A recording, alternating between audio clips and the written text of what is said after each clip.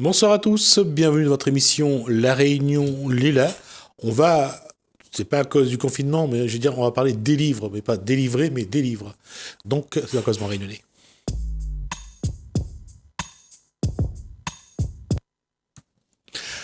Bonsoir Gaël Guiton. Bonsoir Jismi. Alors, on avait dit que le confinement a quand même permis le temps, de donner du temps à la lecture et d'apprécier. Parce que c'est quelque chose qu'on ne fait pas souvent, c'est d'apprécier le temps de lecture. C'est vrai. Donc oui, le confinement, je pense que ça a permis à beaucoup de personnes de se mettre à la lecture, dont mon mari, je veux bien le préciser, puisqu'il n'aime pas lire et il Il s'en n'y est avait pas le profité. choix. Il n'y avait plus rien à faire. Et le Je- livre, c'est la dernière chose qu'il non, voulait c'est faire. qu'il m'a demandé, Ouais. as-tu quelque chose à me proposer en ce moment? J'ai du temps, donc et du coup, je lui ai partagé un de mes coups de cœur, qu'il a confirmé d'ailleurs. J'en parlerai après. D'accord.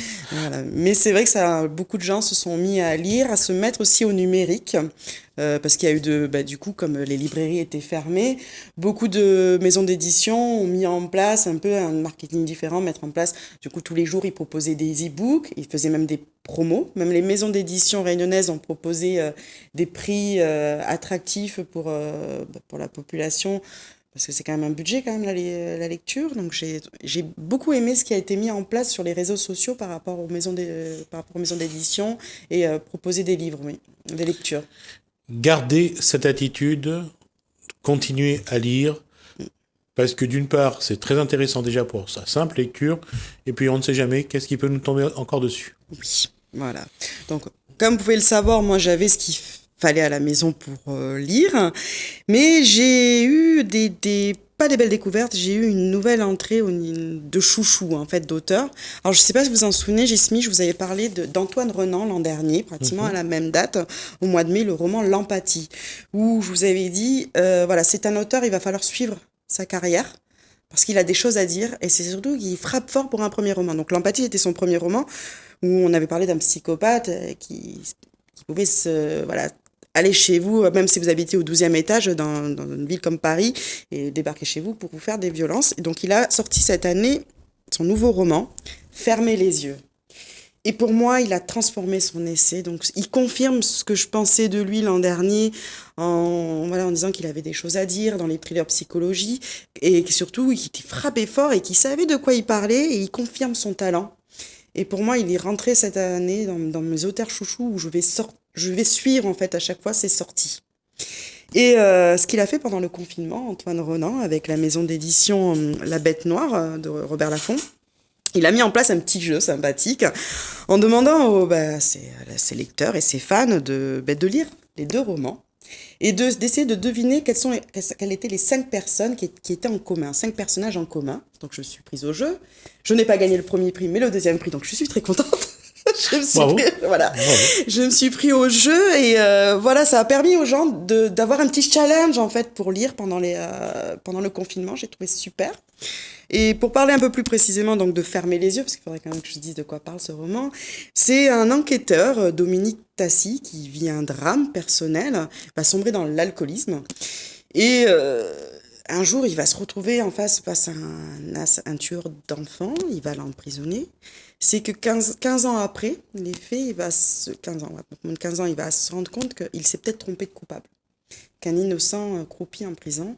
Et il va faire appel à un écrivain célèbre qui est spécialiste des tueurs en série, Nathan, et il va lui demander de l'aider pour essayer de découvrir la vérité. Qui est vraiment le tueur qui sévit depuis plusieurs années vers l'Ardèche.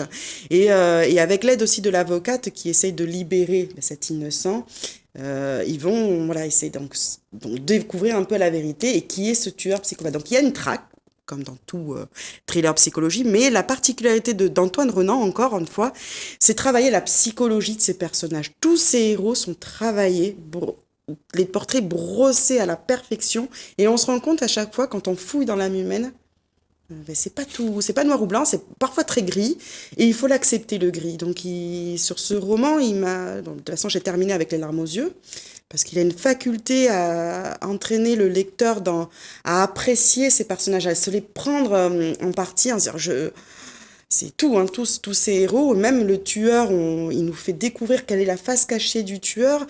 Donc, et encore une fois, il triture Le lecteur, il joue avec nos nerfs et on se dit, ben oui, il travaille plus sur la psychologie que le thriller. Moi, c'est ce que j'aime chez lui et c'est un roman qu'on a partagé, mon mari et moi, on a pu discuter et c'est le coup de cœur qu'il a partagé avec moi, ce qui est rare, hein, parce que souvent je lui passe un coup de cœur, il me dit oui, mais là, il a vraiment partagé, parce qu'Antoine Renan, il arrive à parler à un grand public. Moi, j'adore lire, donc je peux lire tout type de lecture, mais mon mari qui n'est pas fan, s'est laissé porter par le roman.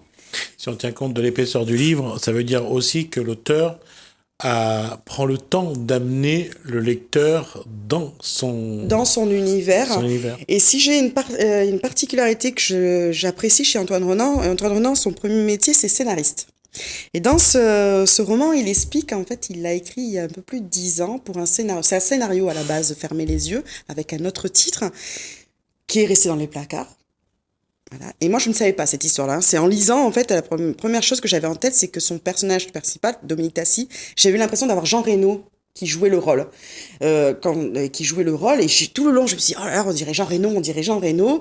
Et quand j'ai compris à la fin que c'était à la base un scénario qu'il a transformé en roman, je me suis dit, encore une fois, il peut proposer ses romans en scénario pour des séries. Je voyais bien en forme de série, parce que c'est parfaitement développé, c'est parfaitement décrit, et on pourrait lire les yeux fermés, ce qui n'est pas possible, hein, mais lire les yeux fermés et avoir les images qui défilent. Oui, vu que le titre s'appelle Fermer les yeux. Oui, il se fermait les yeux. Et il joue aussi encore avec son titre, où on a ces personnages qui ferment les yeux. Et quand est-ce qu'il faut les ouvrir? Est-ce que c'est le juge qui a condamné un innocent? Est-ce qu'il a fermé les yeux sur les preuves? Voilà, tout est joué. Et de toute façon, là, dans l'aspect psychologique même du livre, on est obligé de se faire des plans, oui. Des schémas, des tableaux, oui. Pour essayer de comprendre, parce que sinon, c'est un peu plus compliqué. C'est ça.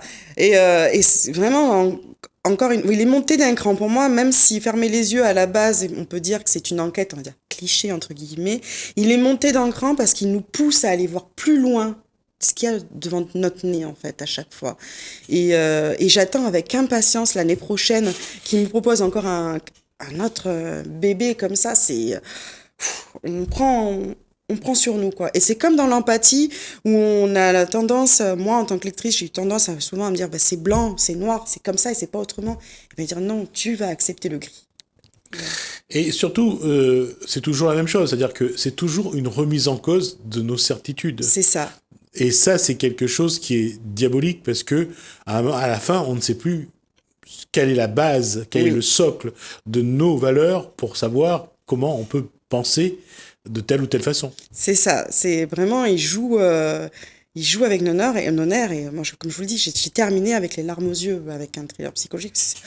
Voilà, il fouille l'âme humaine, Antoine Renan. Moi, il me bouleverse. Et en plus, je pense que dans sa tête, dans son fonctionnement, s'il est parti d'un scénario, il a écrit un livre, c'est qu'il a dû prendre plaisir surtout pour mettre les contours, pour mettre les liens entre les différents plans qu'on peut voir à la télé. Et là, il a plus de temps, il a plus de plaisir à le faire, et il peut le faire à sa guise. Oui, je l'ai même mis sur ma critique. S'il pouvait me ressortir des petits bébés comme ça de temps en temps, je dis pas non. Et encore, je suis sûre et je suis persuadée, je le dis, l'empathie et fermer les yeux, ce sera une série. Ce sera une série à un moment donné sur une grande chaîne, parce que c'est le scénario par excellence. Ça reste quand même des schémas classiques. Ça reste des schémas classiques, mais c'est travaillé. Les personnages sont travaillés et tout est là pour faire adhérer soit le lecteur ou soit le téléspectateur quand il s'y voit. De toute façon, quand on dit que on y ajoute quelque chose, c'est souvent le petit grain de sable qu'on ajoute dans le schéma classique qui bouleverse tout le schéma. Voilà, c'est ça. Il a voilà. Comme j'ai dit, l'an dernier avec l'empathie, je me suis dit, je veux savoir ce qu'il va devenir, je veux voir son évolution, et je suis stupéfaite. Ça confirme ce que je pensais de lui. Je l'ai trouvé très proche de ses lecteurs pendant le confinement.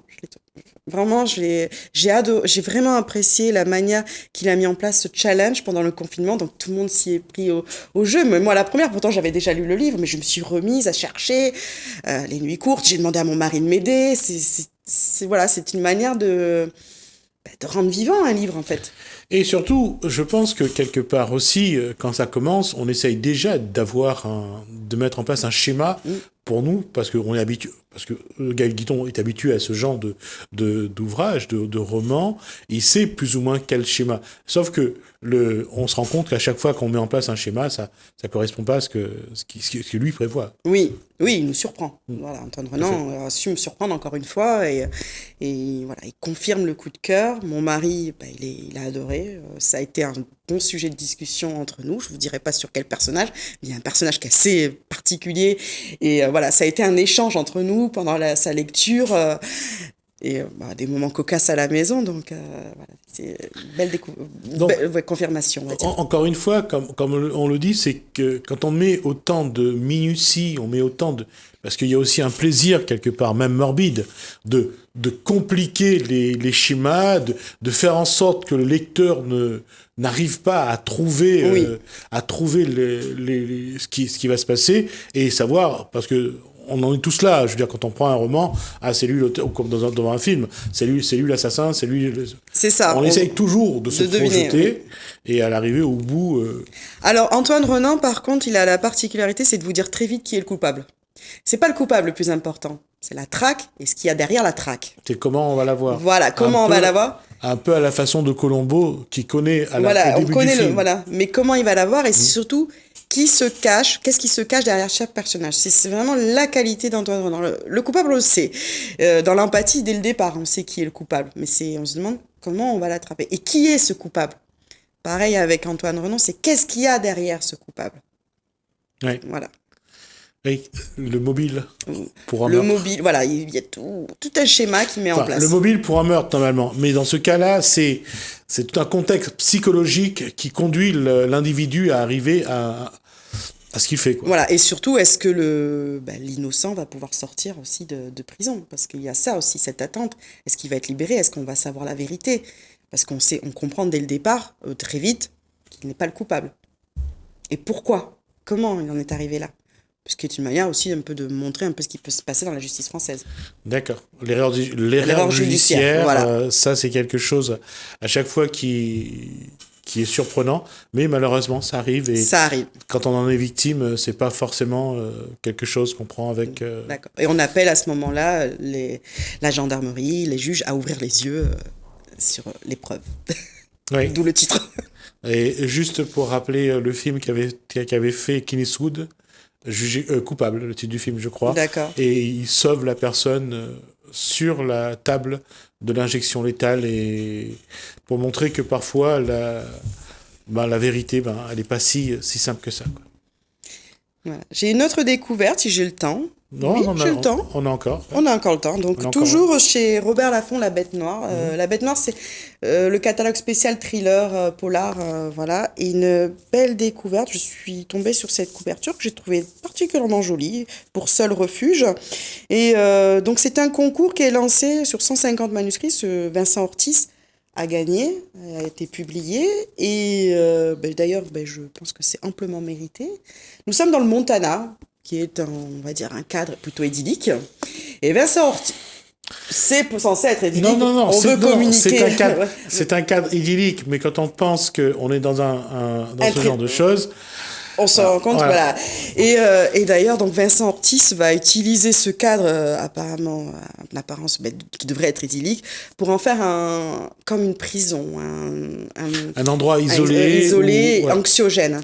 Et il va me créer en fait deux face à face. Ça commence. Alors, si j'ai juste une petite information par rapport à la 4e couverture, pour moi, elle ne correspond pas au début du livre. J'étais un peu dans le décalage. Voilà, je trouvais que c'était en décalage et j'étais un peu perdue en fait par rapport à cette 4e couverture.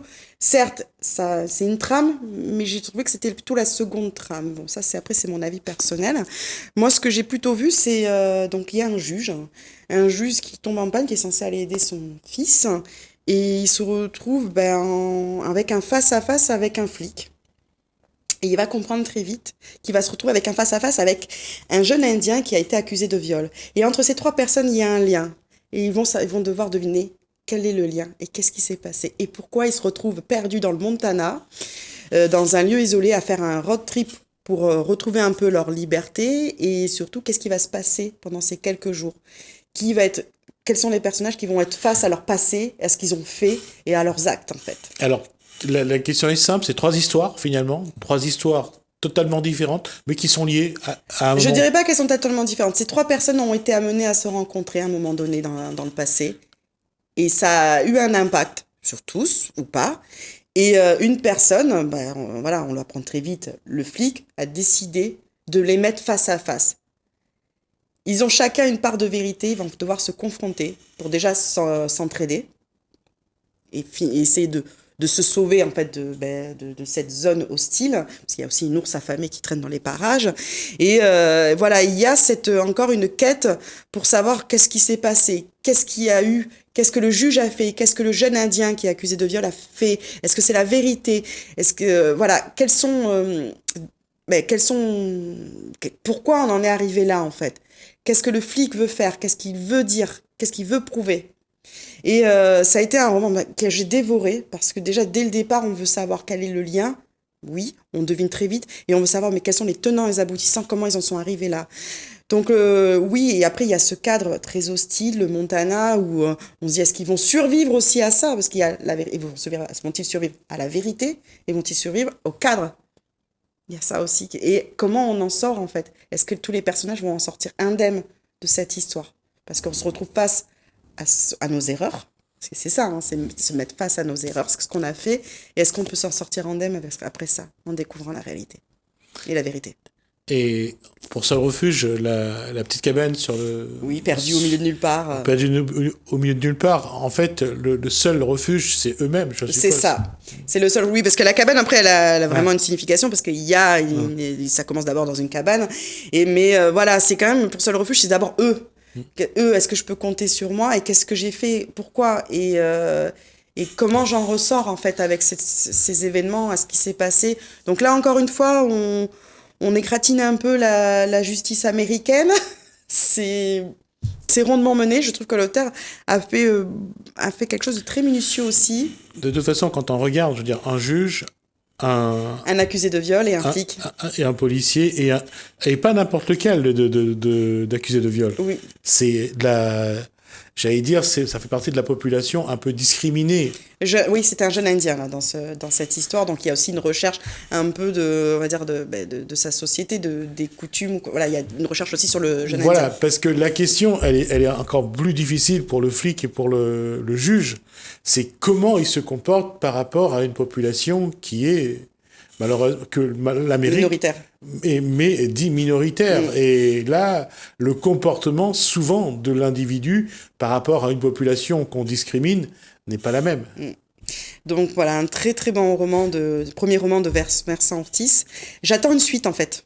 Quand j'ai terminé ce roman, j'avais des questions. Il y avait des choses en suspens et qui me titillaient.